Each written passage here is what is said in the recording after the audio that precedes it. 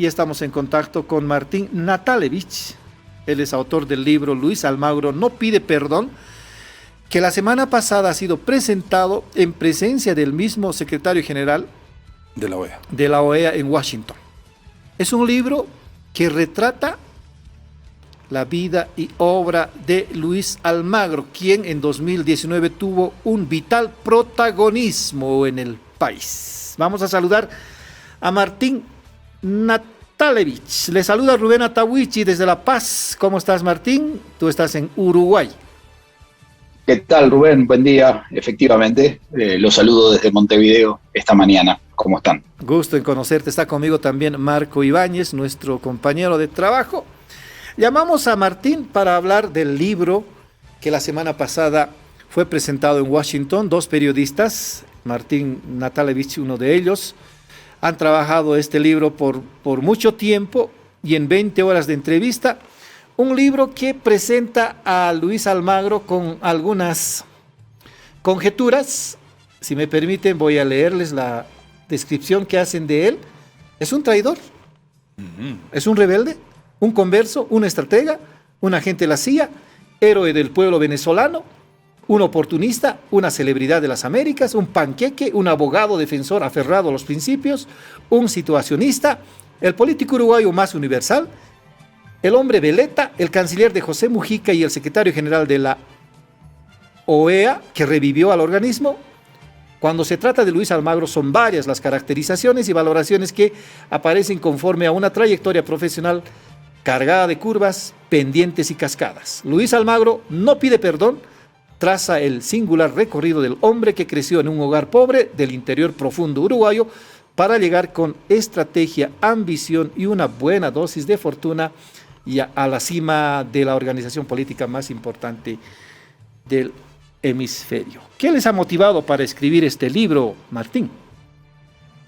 Sí, en realidad, Rubén, es una iniciativa de la editorial Planeta que nos contactó aquí en Montevideo, un poco con esta idea, esta posibilidad de hacer un libro sobre la trayectoria profesional y personal de Luis Almagro, habida cuenta de lo que muchos interpretaban que podía ser la historia de un cambio o la historia de múltiples cambios políticos, ¿no? Y bueno, junto al coautor Gonzalo Ferreira, lo que hicimos fue intentar hacer periodismo, en la medida de lo posible, buen periodismo, y nos sumergimos en el tema. Como tú lo has dicho, mantuvimos más de 20 horas de entrevista con el secretario general, pero no solo con él, sino que hablamos con más de 100 personas, algunas fuentes innominadas, otras personas que prestaron declaración para el libro, y personas que lo conocieron a Luis Almagro durante toda su vida, desde su familia más íntima hasta los amigos que en algún momento cosechó en su pueblo natal, en Paysandú, el departamento de Paysandú, pasando por toda su trayectoria, sus compañeros de militancia política en diferentes partidos que estuvo aquí en el Uruguay, hasta sus principales asesores en la Secretaría General de la OEA, hasta sus detractores y rivales en el hemisferio. Así que bueno, un poco la idea fue justamente hacer un retrato de la intensa vida que ha tenido este hombre político y que promete sin duda nuevos capítulos. Sí, leíamos parte del libro, Martín.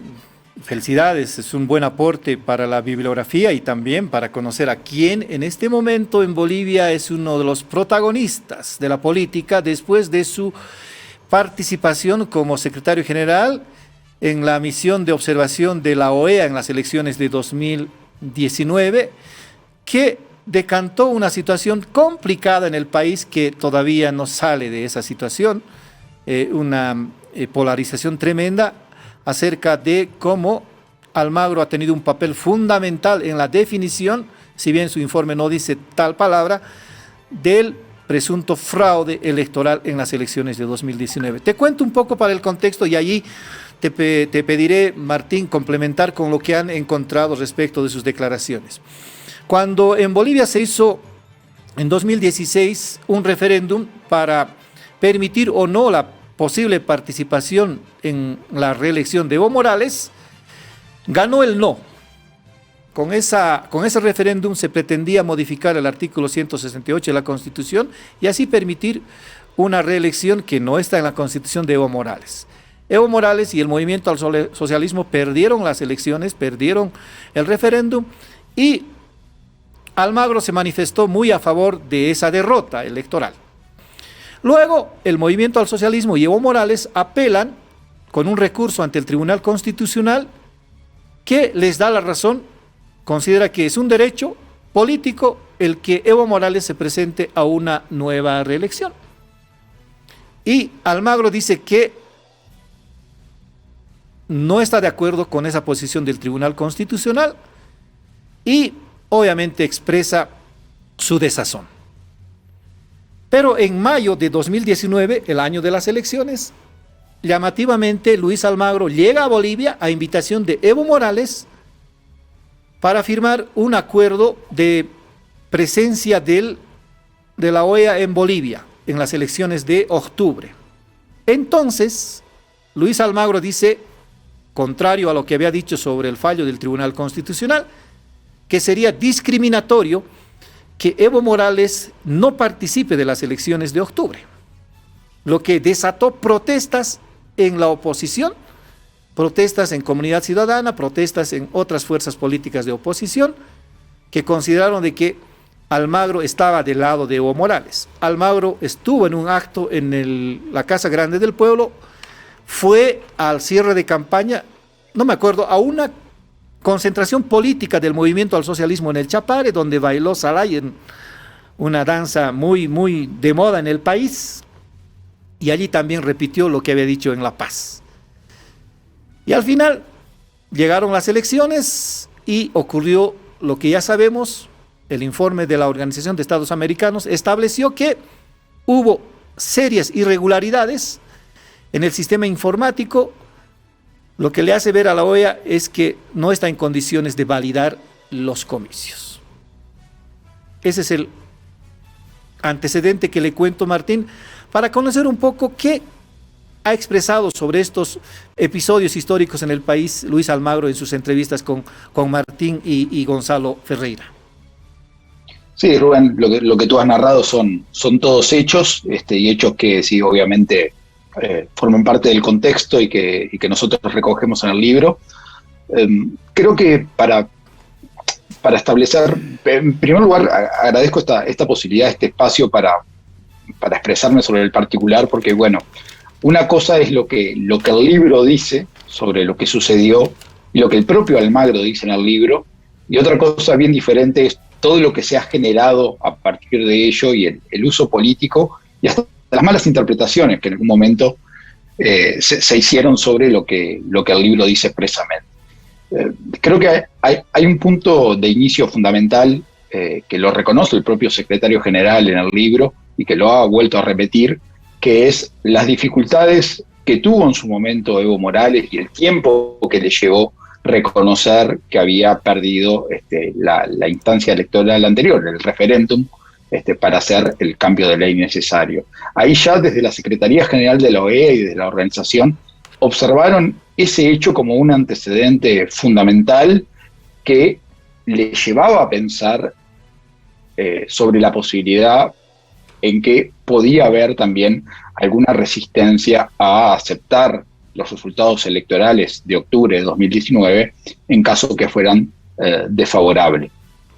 A nosotros, evidentemente, nos sorprendió mucho ese cambio de posición que tú has narrado de Luis Almagro entre no aceptar de cierta manera el mandato que se había hecho sobre la posibilidad de que Evo Morales no pudiera acudir a una reelección y ese cambio de posición que termina teniendo en La Paz. Y por eso nosotros se lo preguntamos a él de manera directa, y él, de cierta manera, lo que nos dijo fue que él entendía, él tenía la convicción de que una misión de observación electoral tenía que estar sí o sí en La Paz, tenía que estar sí o sí en Bolivia para, de cierta manera, poder seguir muy de cerca esa elección ante la posibilidad, una hipótesis que él manejaba antes de que los hechos sucedieran, de que hubiera algún tipo de fraude o, como él dice en el libro, se robaran esa elección.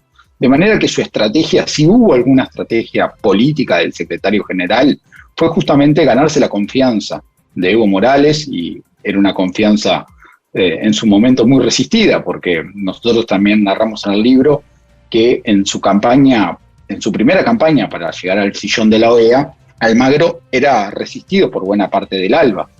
Más allá de ser el canciller de José Mujica, claro, el propio Mujica había tenido que intermediar con Nicolás Maduro en Miraflores en diciembre de 2014, pero también con el propio Evo Morales, que le había mandado decir a un emisario de José Mujica que no podía confiar en Almagro porque entendía que era un agente encubierto de la CIA, ¿no? de los Estados Unidos.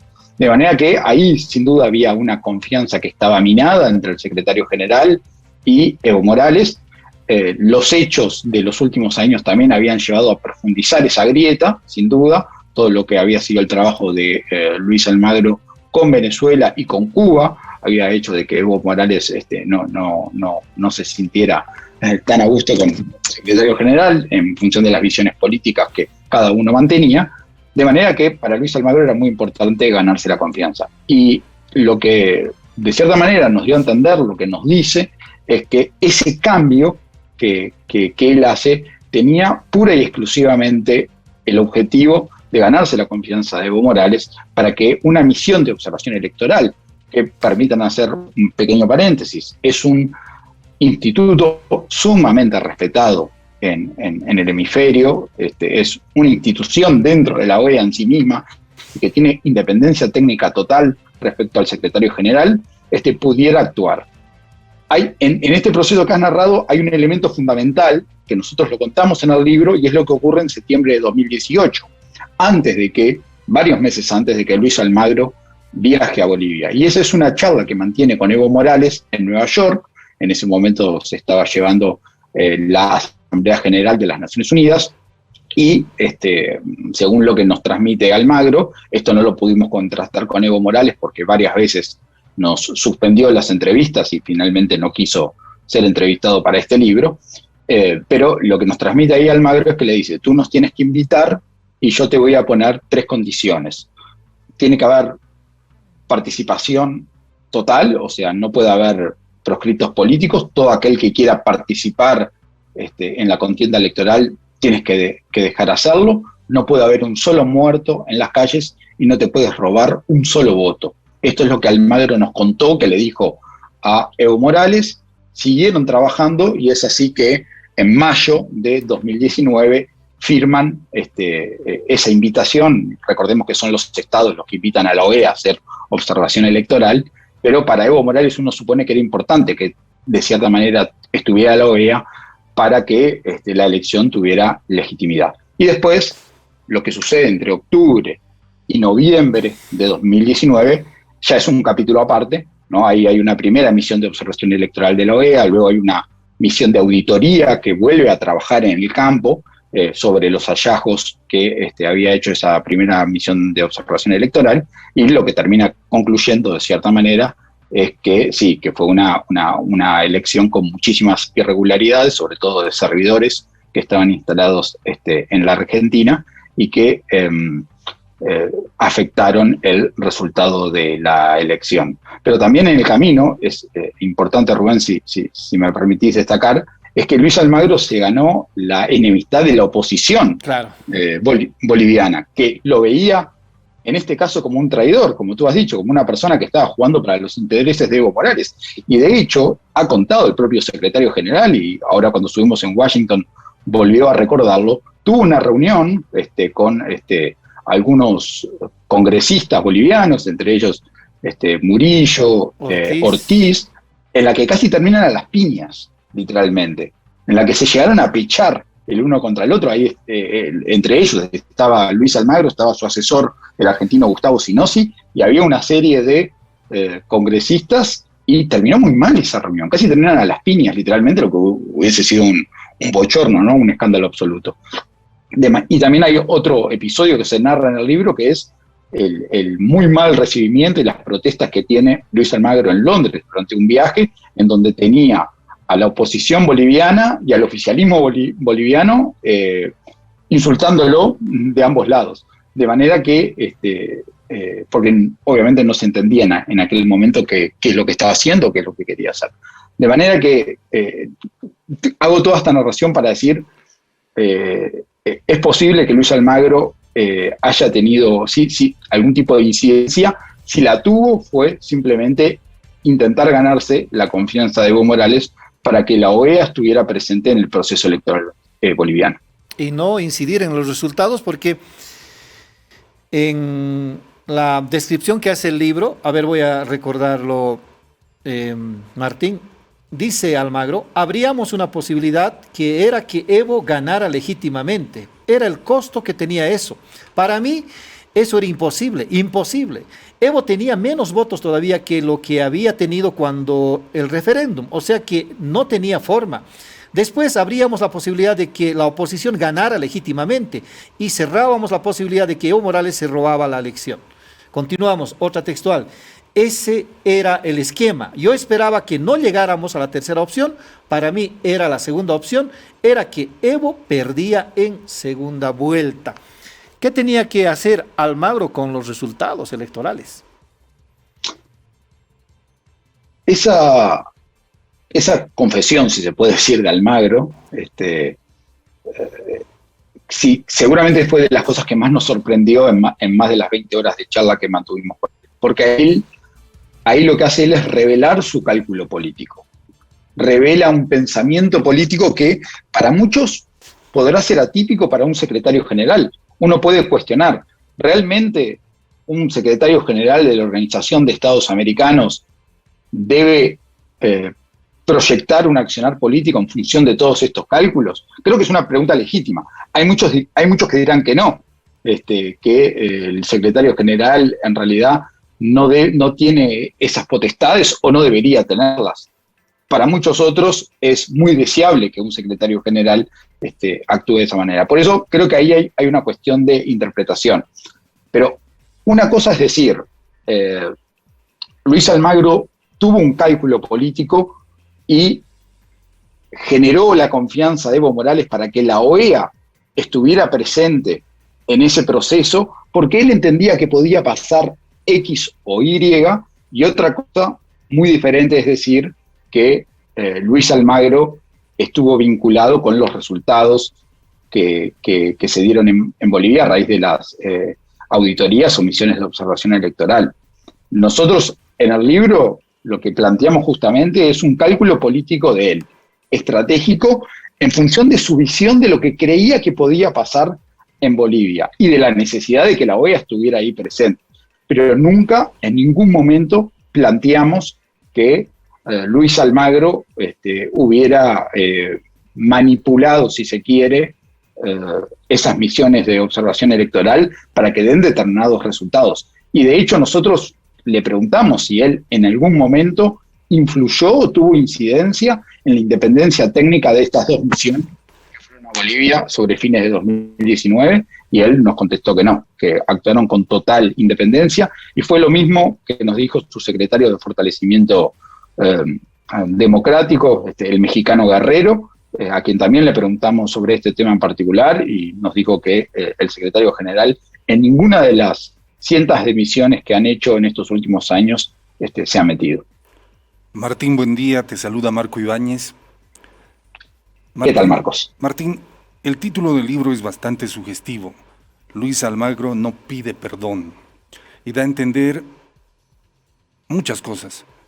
¿Cuál es el objetivo concreto de este libro?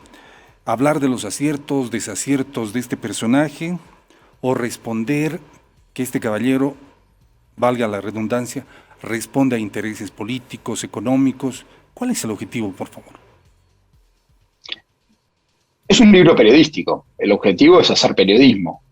Ustedes como periodistas saben que cuando uno trabaja con hechos, también se puede equivocar, evidentemente, en las interpretaciones y en las visiones y versiones que uno recoge. Pero nosotros no teníamos ninguna agenda particular como periodistas independientes y profesionales que somos.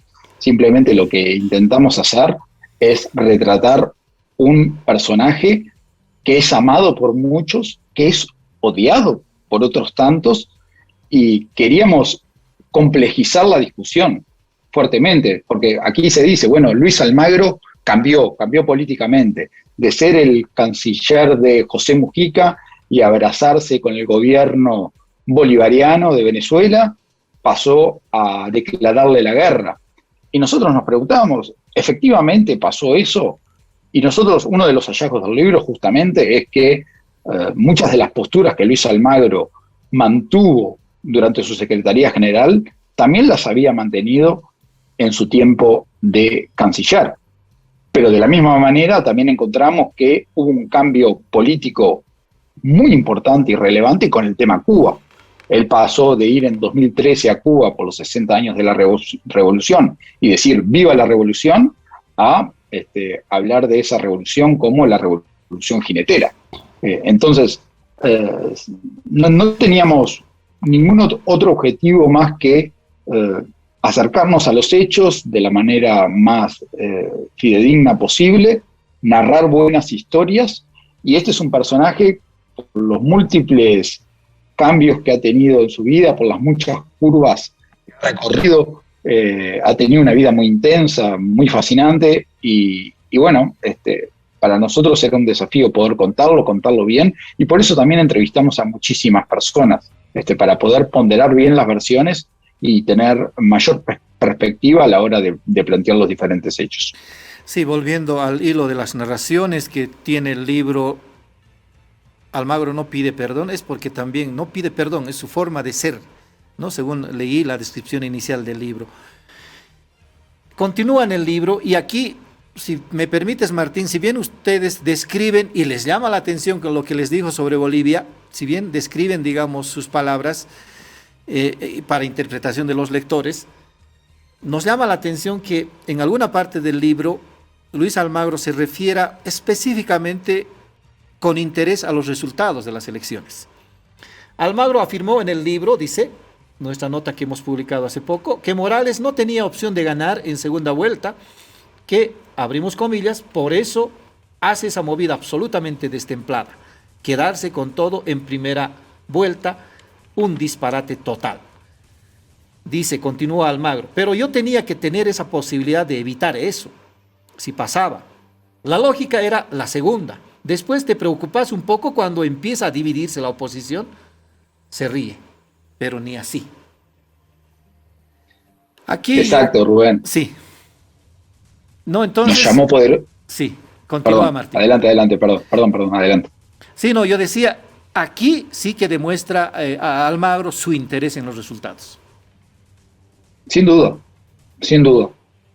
Esas declaraciones junto a las otras que tú leías, como te dije, son de las cosas que más nos llamaron la atención. Recordemos que nosotros mantuvimos todas estas entrevistas cuando aún estaba Áñez en el poder y todavía no se había dado el nuevo proceso electoral. Yo no sé ahí cuál era el cálculo de Luis Almagro y tampoco voy a interpretar demasiado por qué habló de una manera tan transparente, si se quiere, respecto a cuál era su visión política. De vuelta, ¿está bien eso para un secretario general de la Organización de Estados Americanos? ¿Es correcto pensar en esos términos y actuar en esos términos?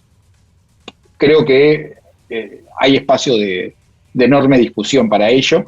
Nosotros nunca sentimos que nuestro trabajo tuviera que ser juzgar eso de cierta manera, porque aparte hay muchísimos que lo hacen en el libro, para un lado y para el otro. Claro. De manera que nosotros ya con esos hallazgos y con esas declaraciones que eran lo suficientemente fuertes, tanto así como para llamar la atención y que el tema estuviera envueltas hasta muchísimo tiempo después, pensamos que era suficiente. Pero sí, concuerdo contigo, Rubén, en que hay un cálculo político ahí respecto a lo que podía pasar y bueno, es interesante justamente que Almagro lo haya planteado en esos términos para el libro. Leyendo esa parte del libro, ¿es mi interpretación real o no? A ver, Martín, te lo pregunto. La misión de la OEA tenía el objetivo de impedir que Evo Morales se robe un voto. ¿Es así? Cuando se planteó la estrategia Yo creo que toda misión de observación electoral, por definición, tiene el objetivo de evitar no, en realidad de detectar fraude y de que las elecciones, que es una de las instancias más importantes de cualquier democracia, se lleve adelante con la mayor regularidad y normalidad posible. Creo que en ese sentido esta elección de la cual estamos hablando no se diferencia de cualquier otra. Claro. No vería, o sea, no me parece raro que así suceda. Ese es el objetivo de la misión de observación electoral, al fin y al cabo. Pero él ya de manera a priori decía que había que impedir que Evo Morales se robe la elección. Aquí cito textualmente, había que estar, y la manera de estar era asumir determinadas responsabilidades y retos políticos, dice en el libro. Sí, él trabajó con hipótesis, efectivamente. Con hipótesis antes de que sucedieran los hechos, en función de interpretaciones que son de él o de su equipo, y era la eventualidad, la posibilidad de que el oficialismo en Bolivia, porque creía que no le darían los votos para ganar en primera vuelta y porque en segunda vuelta no lo conseguiría tampoco, su hipótesis de trabajo justamente era la posibilidad de que hubiera fraude. Y como decía, en eso se basó en el antecedente del referéndum de 2016, en el cual, según él, Evo Morales demoró muchísimo en reconocer los resultados cuando estaba muy claro de que no había salido victorioso de esa instancia. Así es.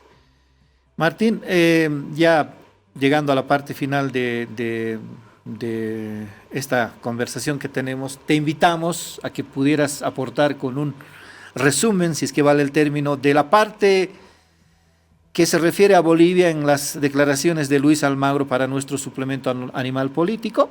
Ya estaremos en contacto. Va a ser muy interesante leerte una vez ya presentado el libro, conjuntamente con Luis Almagro la semana pasada. Y lo otro, ¿dónde se vende el libro en Bolivia? ¿Hay físicamente el libro o solamente de manera virtual que se vende? Gracias, Rubén. Sí, lamentablemente no está físico en Bolivia, no ha llegado aún. Quizás con estas entrevistas y algunas otras podemos hacer fuerza para que efectivamente llegue. Sí. Pero bueno, la posibilidad es comprarlo, comprar el ebook de manera digital a través de Amazon, Casa del Libro, Google Play y otras plataformas. También entiendo que Amazon tiene libros físicos y bueno, ahí lo que habría que hacer es pedirlo para que lo envíen por courier, ¿no? A través de Amazon. Pero sí, creo que la manera más fácil para aquellos que tengan la posibilidad de leerlo en digital es comprarlo de ese modo. Martín, una pregunta final. ¿Cuál es la respuesta de la población, de los actores, de los investigadores respecto al contenido de este libro? ¿Hay respuesta? En realidad, cuando el libro salió a fines de 2020, tuvo como una muchísima explosión a nivel de prensa, justamente porque traía noticias importantes. Este tema de Bolivia fue uno de los fundamentales, que salió por diferentes lugares, y también traía, de cierta manera, la noticia sobre la voluntad del secretario general de continuar su carrera política en Uruguay, volver aquí a hacer política y hacerlo en un partido diferente al que ya ha estado. Recordemos que hoy hay 3 grandes partidos en Uruguay, o 3 partidos tradicionales, por decirlo de esa manera. Está el Frente Amplio, está el Partido Nacional, que es quien gobierna en coalición actualmente, y está el Partido Colorado, que si bien ha registrado una baja votación en los últimos años, es uno de los partidos responsables de hacer el Estado moderno uruguaya y tiene una importancia histórica muy importante. Para el libro, Luis Almagro contó de cierta manera que se veía volviendo a la política de la mano del Partido Colorado, y eso generó muchísima repercusión aquí en el Uruguay. No, Marcos, contestando tu pregunta puntualmente, no encontramos en realidad hasta ahora ningún artículo de prensa o ningún ensayo, por así decirlo, de investigadores o mismo desde la academia que haga una valoración o una ponderación global del libro. Es un libro de casi 500 páginas. Esperemos sí, en el futuro poder encontrar una crítica de ese estilo, porque sería muy interesante que alguien pudiera hablar del libro como unidad en sí mismo. Nos llamó la atención, de todas maneras, que Luis Almagro en persona estuviera en la presentación del libro en Washington. ¿Qué concepto tiene del libro? Es cierto, es un libro muy crítico respecto de su accionar, cuenta su expulsión en 2017 del Frente Amplio, sus vaivenes entre la izquierda y la derecha, finalmente recalando en el conservadurismo internacional. ¿Qué criterio ha expresado respecto del libro Almagro ya íntimamente? Es un libro que decepcionó a mucha gente, Rubén. Decepcionó a aquellos que querían ver un panegírico de Luis Almagro y decepcionó a aquellos que querían ver muchísima sangre alrededor de Luis Almagro. Porque bueno, como ustedes saben, como buenos periodistas que son, el periodismo no elige una trinchera para defender. Simplemente lo que hace es intentar narrar hechos con la convicción suficiente de que sucedieron de esa manera y ponderando equilibradamente todas las versiones. A Luis Almagro hay muchísimas cosas del libro que no le gustaron. Así lo dijo en el fuero íntimo, así lo dijo en la presentación. De hecho, lo cito textual, hay 3 o 4 capítulos totalmente mal redactados, así lo dijo.